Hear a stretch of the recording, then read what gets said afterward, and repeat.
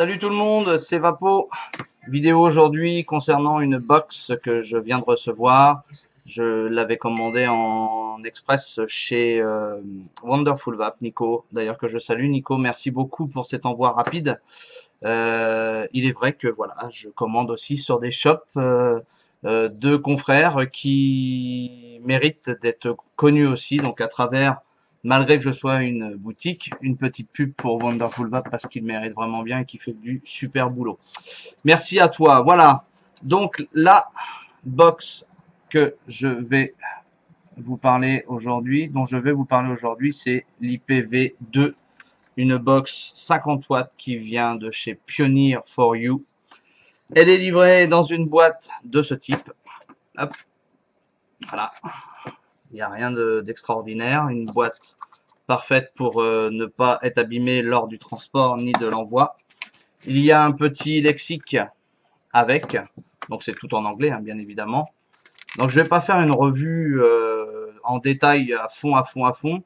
Je vais juste vous parler sommairement de cette petite box qui est pour moi une avancée vraiment intéressante sur les systèmes justement de box à voltage variable.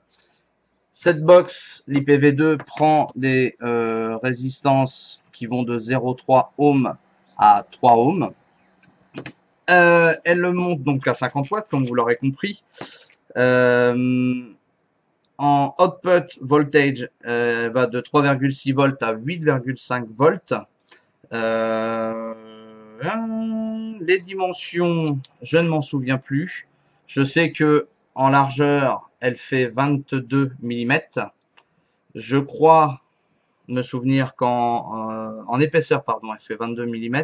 En largeur, elle doit faire environ 4 cm et en hauteur, je dirais un bon 8 cm.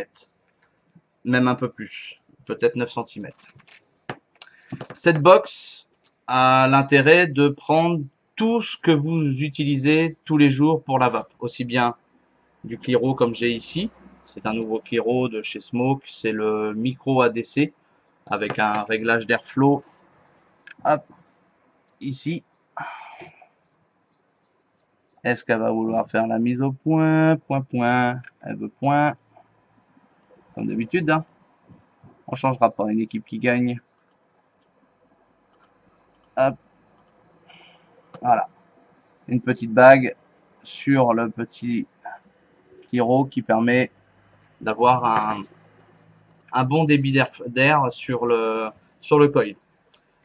Je suis réglé là à 16 watts.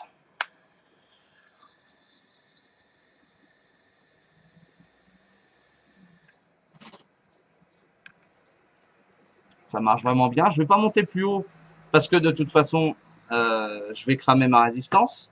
Je vais lui mettre dessus un méga. Hop. Alors, il faut que je défasse ça. Voilà. Donc le méga, je crois que j'ai une résistance de 1 dessus, de souvenir. Donc le méga fait 23, hein, donc du coup ça dépasse un tout petit peu.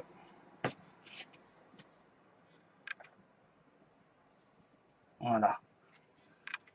On va voir ce qu'il m'indique. On va peut-être régler l'airflow quand même, ce sera intéressant.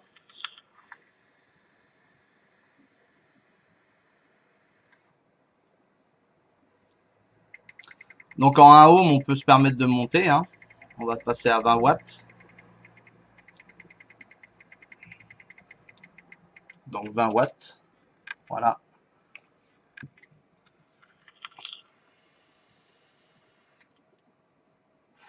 Inutile de prendre des barres importantes parce que de toute façon, avec de la nicotine, plus le volume de vapeur est important et plus forcément le hit est présent. Là, je suis en 6 mg.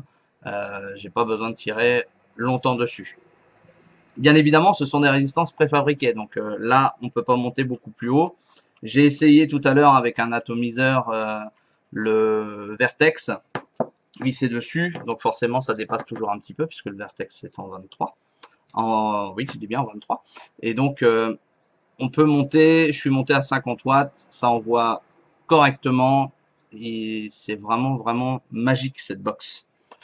La box au niveau de la visserie, pas de la visserie mais du cap pour accéder à la batterie, ça se passe ici avec deux vis. Voilà, on défait ça tout simplement. Je vais vous la défaire là tout de suite. Tac, voilà. Une première vis, une deuxième vis. Je fais ça très rapidement, je suis désolé cette vidéo, parce que j'ai pas forcément le temps de me rentrer en détail. Ici, on a le numéro de lot qui est indiqué. Chaque box a un numéro de lot différent ici. Voilà comment ça se passe. On a un petit peu de traces de colle, mais c'est vraiment très discret. C'est très bien fini, tout est caché, tout est parfait. C'est vraiment très très propre et bien réalisé. Toc. Cette box est protégée pour les inversions de batterie. Donc ça permet, si jamais vous vous trompez de sens, de ne pas cramer votre chipset et d'éviter que, comme sur les DNA 30, de les brûler. Hein, tout simplement. On a vu quelques petits accidents avec le DNA 30, avec des inversions de polarité, et qui faisaient que malheureusement le DNA 30 était foutu. Là, étant donné qu'il est protégé, même si vous vous trompez, il n'y aura pas possibilité de faire feu, et il n'y aura pas non plus de dégradation du DNA. Pas du DNA, mais du chipset. On a ici les boutons de réglage plus-moins. On a ici un bouton Fire et on en a un autre ici en tactile. On peut le désactiver. Moi, je l'ai désactivé parce que, étant donné que j'ai des grosses papates, je mets les mains un peu partout et j'active des fois alors que je voudrais pas. Pour mettre dans le bon sens. Pour le désactiver, il faut rester appuyé sur le power ainsi que le moins. Et si on veut l'activer, hop, on reste appuyé. Donc ça marque touche on. Et si on reste sur le power et le moins, ça marque touche off. Si on se met en touche on, voilà, et qu'on veut vaper en appuyant ici, tac.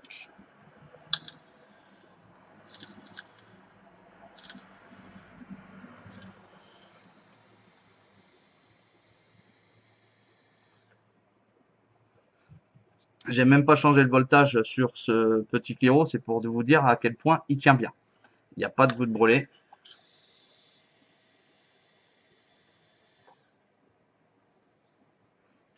Je suis sur du 6 aussi, donc je tire pas trop longtemps. Sinon, ça va m'arracher. Je le sens déjà un petit peu. Voilà. Cette box sera bientôt disponible sur la boutique. En fait, ce qui se passe, c'est que Pioneer4U envoie les batchs au fur et à mesure des commandes passées. Donc, c'est chacun son tour. Wonderful Vap avait passé la commande avant moi, donc c'est pour ça que j'ai pu l'avoir en avant-première chez lui. Et c'est pour ça que ça me permet de vous la présenter maintenant. Il y a eu une autre vidéo plus détaillée de la part de Radical, que je salue aussi d'ailleurs, qui rentre plus dans les détails sur cette box, et ça vous permettra d'en connaître encore un peu plus. Très honnêtement, cette box, elle mérite le détour. Elle détrône largement la Hana Mods. Au niveau du design, elle est parfaite. Dans la poche, ça prend pas de place. C'est pas lourd, c'est vraiment bien, c'est efficace et ça marche du feu de Dieu.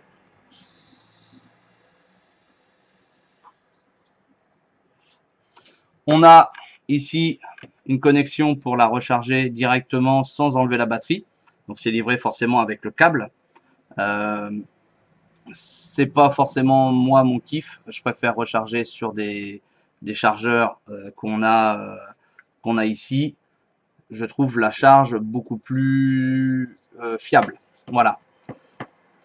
Que dire de plus, hormis que cette box est vraiment très très bien. Il y a sur chaque partie noire que vous voyez ici des protections film. Moi je les ai enlevées, c'est une erreur. J'aurais pas dû les enlever parce que du coup, ça marque les empreintes déjà d'une et ça peut rayer. Je vous conseille fortement, quand vous en aurez une, de laisser la protection, le film protecteur dessus. Ça n'empêche pas le contact tactile de fonctionner. Ici, on peut aussi laisser le film, ça évite qu'il y ait des rayures dessus. Moi, j'en ai déjà fait une. Et sur l'écran, c'est pareil, il y a aussi un film, je vous conseille de le laisser. Voilà, c'était la box 50 watts Pioneer for You IPv2. Très bonne box, bientôt disponible encore, je vous le répète, sur Vaposite. J'attends qu'il m'envoie la commande. Elle sera aux environs de 90 €, un petit peu plus. Vraiment une très bonne acquisition pour ceux qui aiment ce genre de choses. À bientôt, merci à vous.